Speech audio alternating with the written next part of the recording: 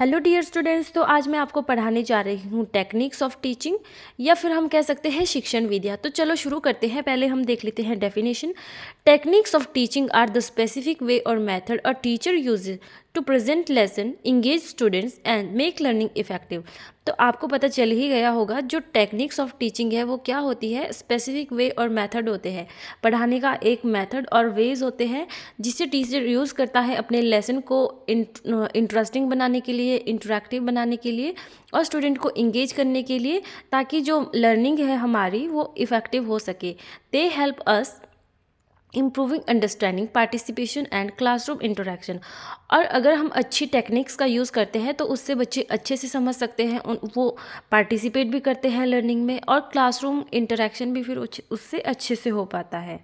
अब हम देख लेते हैं इसके टाइप्स कि इसके टाइप्स कौन कौन से हैं। तो मेनली हमारे पास टेक्निक्स ऑफ टीचिंग के 8 टाइप्स रहते हैं। तो पहला हमारे पास टाइप है learning by doing, role play, brainstorming, cooperative learning, story telling, discussion method, question answer method, audio visual aids. तो ये हमारे पास 8 टेक्निक्स है जो मैंने आपको बता दी है। तो हम पूरा इसी फॉर्मेट में पढ़ेंगे। पहले डेफिनेशन देखेंगे, फिर ये थोड़ा डिटेल में पढ़ेंगे सारे पॉइंट्स, और फिर उसके बाद मैं आपको कंक्लूजन बताऊंगी ताकि हमारा क्वेश्चन कंप्लीट हो सके। तो पहला देख लेते हैं लर्निंग बाय डूइंग। इसमें क्या होता है, लर्न थ्रू प्रैक्टिकल एक्टिविटीज़। जैसे कि आपको पता चल गया है लर्निंग बाय डूइंग कि हम कुछ भी काम करते हैं तो वो, अगर हम कुछ भी सीखते हैं तो वो हम पहले काम करते हैं।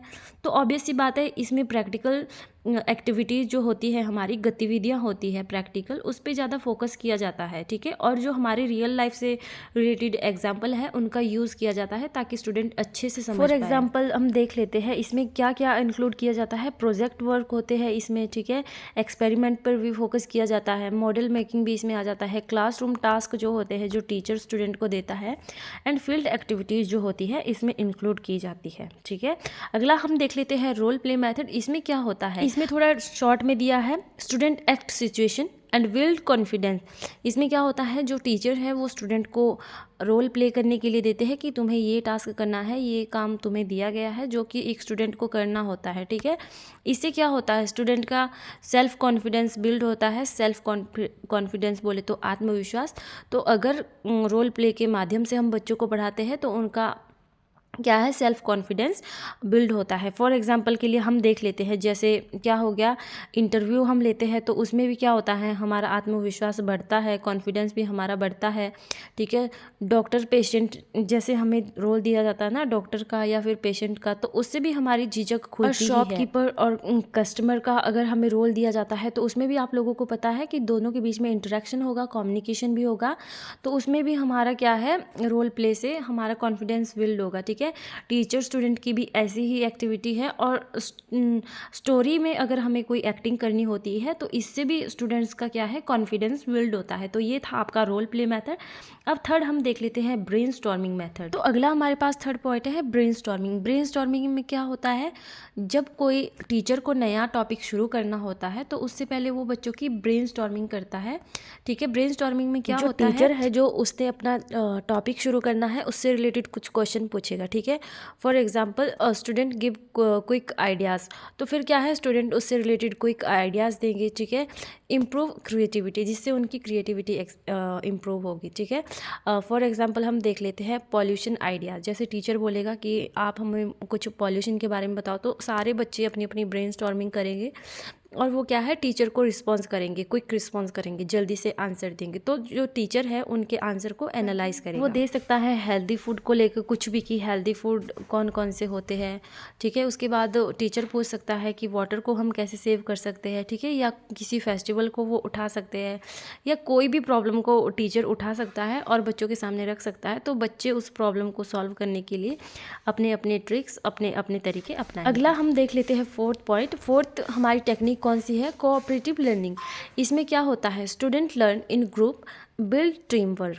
इसमें क्या होता है, जैसे कि कोऑपरेटिव से हमें पता चल रहा है सहयोगी, ये एक प्रकार की ऐसा टीचिंग मेथड है जिसमें बच्चे क्या करते हैं, एक दूसरे का सहयोग करते हैं, एक दूसरे को कोऑपरेट करते हैं। इसमें क्या होता है, स्टूडेंट लर्न इन ग्रुप्स, जो बच्चे हैं वो ग्रुप में बैठ के लर्न करते हैं या ग्रुप बना के वो लर्न करते हैं, एंड बिल्ड्स टीम वर्क, और टीम में वर्क करते हैं। फॉर एग्जांपल हम देख लेते हैं, जैसे पेयर्स वर्क हो गया। ठीक है, ग्रुप प्रोजेक्ट हो गया, जैसे ग्रुप में कोई टीचर ग्रुप ग्रुप में प्रोजेक्ट देता है, ग्रुप रीडिंग हो गया, ग्रुप सॉल्विंग हो गया, जैसे ग्रुप में किसी बच्चे के लिए प्रॉब्लम सॉल्व करने के लिए दे दी, एंड पेयर हेल्प हो गया। और इसमें क्या है, जैसे अपने सहयोगी सारे दोस्तों का एक ग्रुप बना के वो जितने भी पेयर्स होंगे एक दूसरे की हेल्प करेंगे। तो ये था हमारा कोऑपरेटिव लर्निंग। अगला हम देख लेते हैं स्टोरी टेलिंग। इसमें क्या होता है, teaching through stories improve imagination.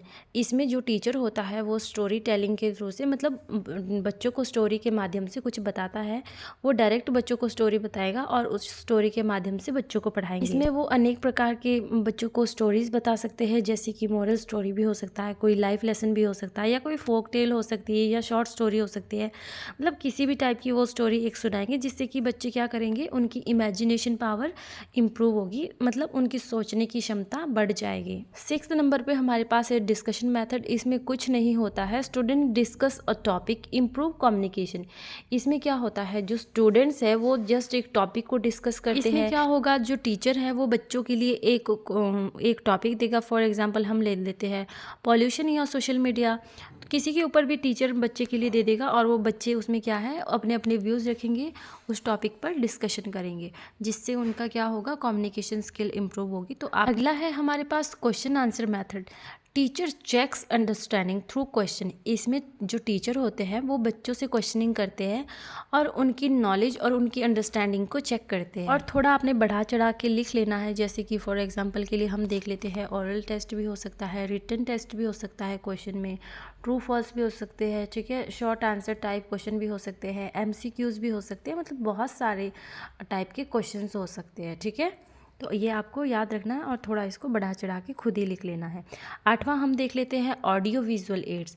ये किस प्रकार की टेक्निक है, इसमें क्या होता है, teaching with visual make learning clear. इसमें जो एक टीचर बच्चों को पढ़ाता है वो विजुअल एड्स का यूज़ करते हैं, मतलब दृश्य साधन का प्रयोग करते हैं, जैसे कि बच्चों को इमेजेस दिखाना या चार्ट दिखाना, पिक्चर्स दिखाना, वो कुछ भी बच्चों को दिखाएंगे ताकि जो उनकी लर्निंग है वो क्लियर हो सके, वो चीज़ों को अच्छे से समझ सके। फॉर एग्जाम्पल के लिए हम देख सकते हैं इसमें क्या क्या एक टीचर ऐड कर सकता है, जैसे कि चार्ट्स हो गए, मैप्स हो गए, चार्ट्स भी वो बच्चों को दिखा सकते हैं, मैप दिखा सकते हैं, फ्लैश कार्ड हो गया, वीडियोज़ हो गया और मॉडल एक्सेट्रा।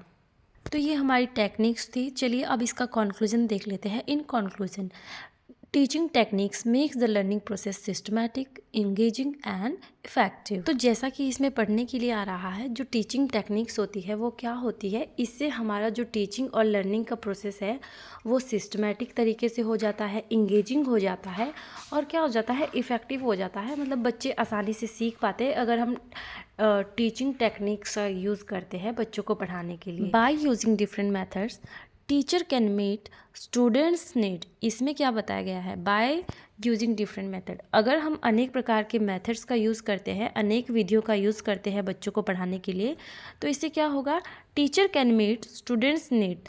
तो इससे टीचर को बच्चों की नीड का पता चले। इन्वॉल्वमेंट, और इसमें क्या होगा, अगर बच्चे को कहीं इम्प्रूव करने की ज़रूरत है तो वो भी फिर टीचर उसमें इन्वॉल्व कर देगा अपनी टीचिंग में, ठीक है। And ensure better understanding and learning outcome.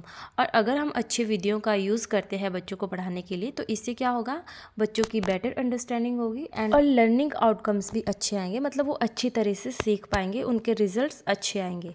तो ये था हमारा क्वेश्चन। अगर आपको समझ आया हो तो प्लीज़ वीडियो को लाइक कर देना। अगर आपको फिर किसी क्वेश्चन पर वीडियो चाहिए तो आप कमेंट सेक्शन में ज़रूर बताना।